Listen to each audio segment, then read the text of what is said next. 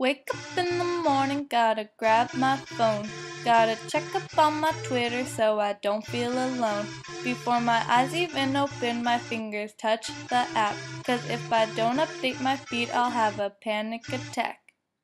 I'm talking more pictures of food. Music can change your mood. Selfies of Amanda, fine. About to get ripped in time. Fight between celebrities, trying to get another retweet. Hashtag GoCS10. Don't stop, type that thought. Fingers trying to beat the clock. Tonight, Twitter fight. I see hashtags left and right. Refresh on the dot. Forget grammar I was taught. Whoa.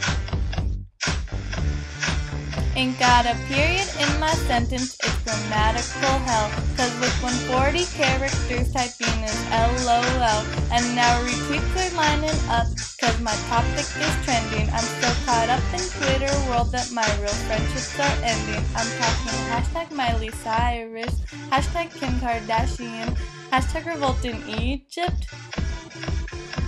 Now I'll tweet until they shut me down, or I delete my account. I decided to delete my account. Decided to delete my.